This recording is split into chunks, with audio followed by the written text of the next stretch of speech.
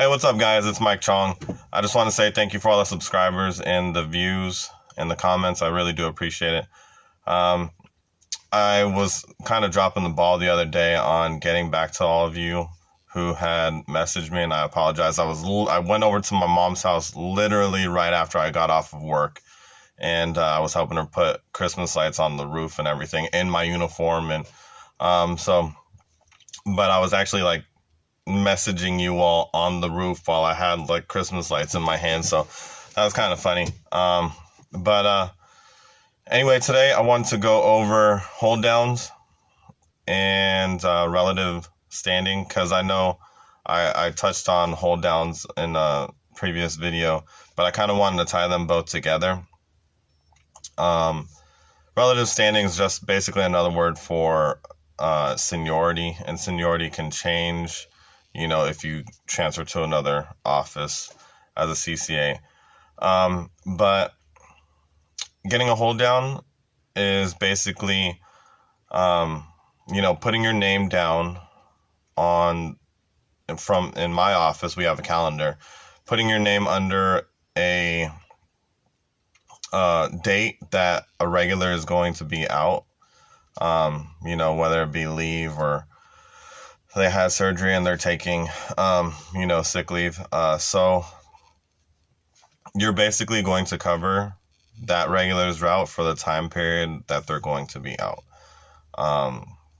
And what CCAs in my office do is CCAs just go and write their name on every single one. And basically the most senior CCA gets to choose, if they were, you know, thinking smart, the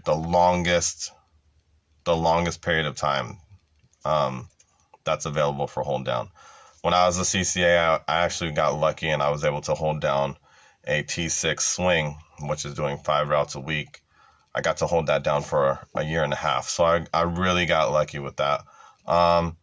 If you could go for things like that for long periods of time, don't go for the easiest one.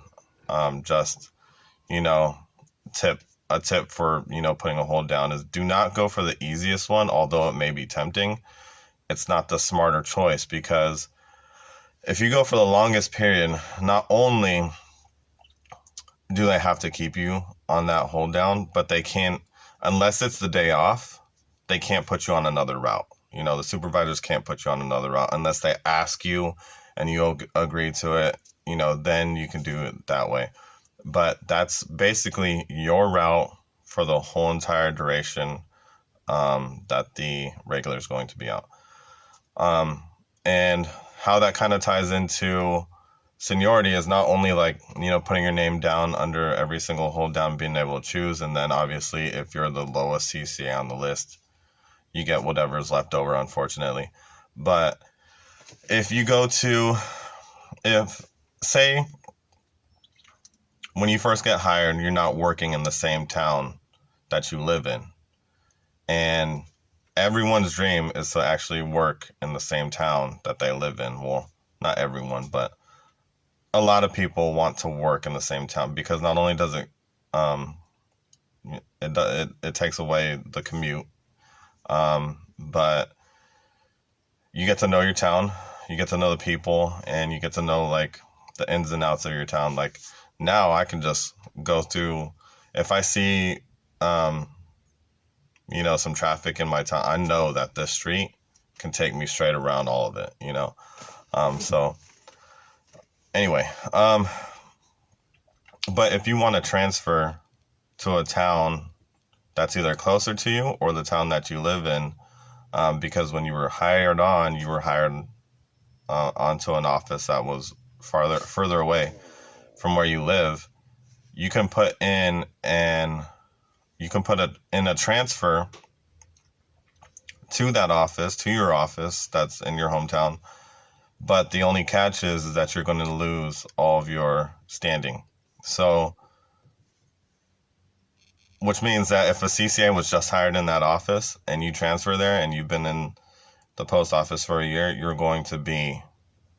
seniority is going to automatically be under that CCA that was just hired to that office. So you do lose seniority which, I mean, might not be a big deal to other people. I've seen other people transfer to other offices and actually work out fine. So it's just your judgment call to make on whether or not you want to transfer to an office that's closer to you, which, I mean, if you have a lot of time in right now and you're still working further away from your hometown, I would wait until you make regular and then try to get a transfer, because once you make regular, there's different things that you can do. You can actually transfer, or you can do a mutual swap with someone from that office. Say that person lives in the town that you're working in, and then you live in the town that person is working in. You could do a mutual swap and actually take that person's route and they take your route, and do things like that. So, but once you get to regular, it's a different ball game. But you still lose seniority as well as a regular. But I know this topic might not be super exciting. Oh, another thing I wanted to, in the next couple of days, I'm going to come out with what I want to do for the giveaway.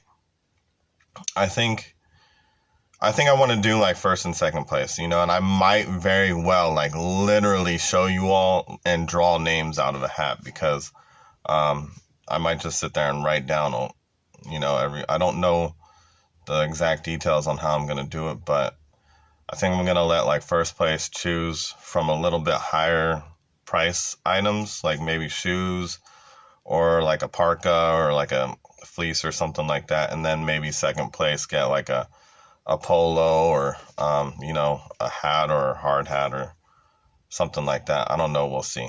But looking for that in the next couple of days. But other than that, I really do appreciate you all, and see you later. Gotta get back to work.